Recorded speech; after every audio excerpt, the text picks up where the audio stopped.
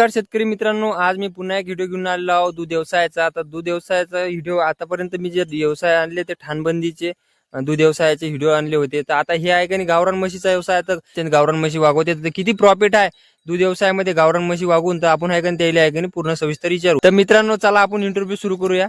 त्याचे सगळे प्रश्न विचारूया. गावरान म्हशीतनी किती प्रॉफिट आहे की आपल्या ठाणबंदी म्हशीतनी.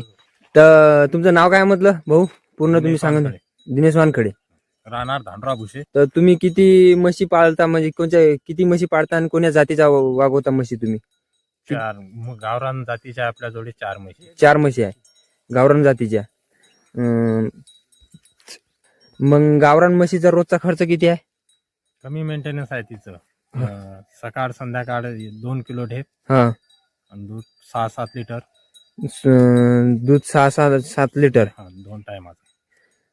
6-7. 2 हा, टायमाचं. मग एका म्हशीचा दिवसभराचा खर्च किती आहे मग? खर्च काय नाही तिचा.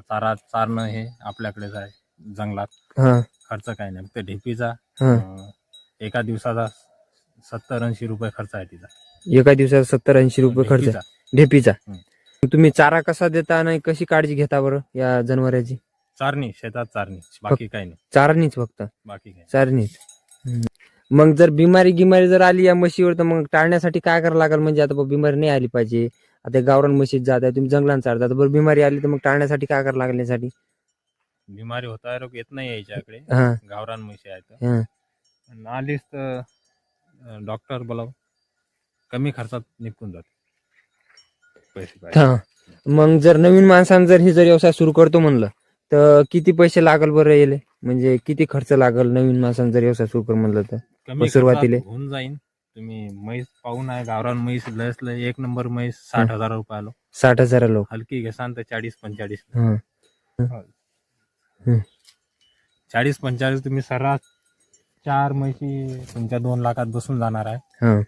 आणि याले काही ठाणबंदी का हिरवा चारा नसला तरी चालेल, जंगलात चरून बी हा हा. चांगलं दूध देतो. मग नफा या गावरान म्हशीत आहे का नाही? दुधातून येते जास्त का आपले जे जनते वगारू ते पिल्ल्यातून येते नफा या वगारीचा? दोन्ही गोष्टीच्या दोन्ही गोष्टीच्या फायदेशीर आहे. फायदेशीर आहे म्हशीत जात. गावरान म्हशी फायदेशीर आहे. कमी खर्चात जास्त इन्कम. कमी खर्चात जास्त इन्कम. या जातीपासून मिळते. म्हणजे कशी? मुरागिरा घेसान तुम्ही तर 1 लाख रुपयाची म्हैस घ्या लागेल. तिला कोटा 4-5 लाखाचा, म्हणजे सुविधा पाण्याची, धुणं, तिथाई लय खर्च आहे तिच्या मागे.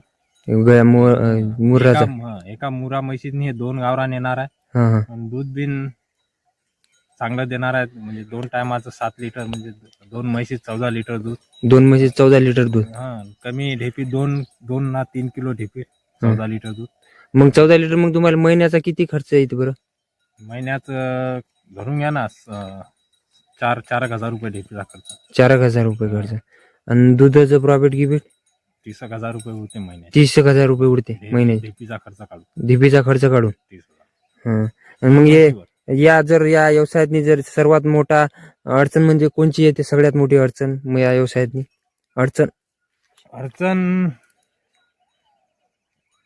तर अशी काही नाही. जर म्हैस बिमार पडली का खुरी आली तर आटाची शक्यता आहे. आटते खुरी जर आली तर 2 महिन्यात 2 महिन्यात खुरी बिमार पडली मग दूध कमी करते का? दूध कमी करते आणि खलास दूधच येत नाही, आटून जाते. समस्या आहे, लय मोठी समस्या आहे. बाकी काही नाही.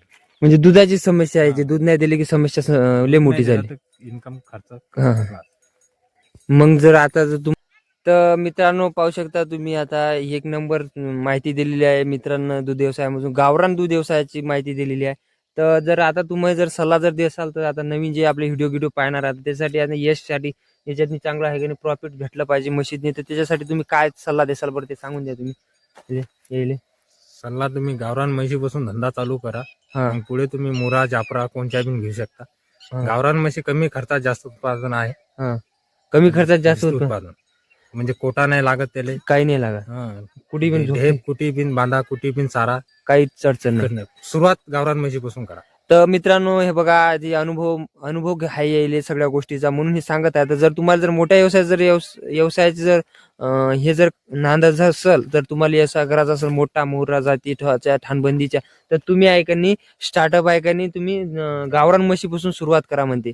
म्हणजे गावरान म्हशी जर तुम्ही जर घेतलं त्याच्यातनी तुमचा अनुभव येते की तुम्ही कमी खर्चातनी अनुभव येते की तुम्हाला याचं मेंटेनन्स झपावल्या जाते का नाही, त्याचं सोय झपावल्या जाते का नाही, तर तुम्हाला त्याच्यातनी समजून जाते. त्याच्यानंतर तुम्ही आहे का नाही पुढचा पाय टाकू शकता. तर तुम्हाला जर गावरान म्हशींनी जर चांगल्या वाटल्या तर तुम्हाला जर व्यवसाय करायचा असेल तर तुम्ही गावरान म्हशी घ्या पहिल्यांदा आणि त्याच्यानंतर मोठा व्यवसाय करा. तर तुम्ही आहे का नाही याचा व्हिडिओ पाहिलाच असेल तर एक नंबर माहिती दिलेली आहे ना याईनं. तर चांगला जर व्हिडिओ जर वाटला असेल तर तुम्ही लाईक सबस्क्राईब करा आणि शेतकरी मित्रांना सपोर्ट करा. बरेच दिवसाचा व्हिडिओ टाकला नाही आपण, कारण की आपल्या व्हिडिओवर लाईक कमेंट भेटतच नाही म्हणून आपण आहे का नाही व्हिडिओ कमी टाकतो. तुम्ही आहे का नाही हे जास्तीत जास्त मित्रांना शेअर करा जे नवीन पिढी आहे ते, कारण की व्यवसायात जे धसते तर मोठे मोठे हात टाकते तर पैसे गमावते तर आणि फेल होते तर ते हे व्हिडिओ पाहून आहे का नाही त्याला आहे का नवीन रस्ता भेटते. तर चला मित्रांनो, जय महाराष्ट्र.